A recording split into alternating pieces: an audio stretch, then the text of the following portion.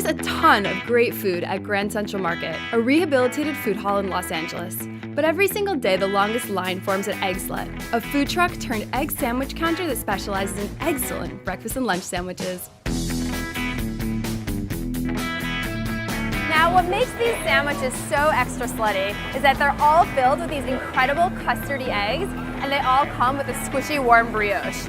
Now, this here is the Fairfax. This is Eggslut's most famous and popular sandwich, and this one is made from soft scrambled eggs with chives, cheddar cheese, caramelized onions, and a chipotle mayo, and you can get that extra slutted up, extra loaded with avocado and bacon. I'm so hungry. It's early in the morning in Los Angeles. I haven't eaten anything yet today, so I'm so excited about this right now. You have no idea. Check that out.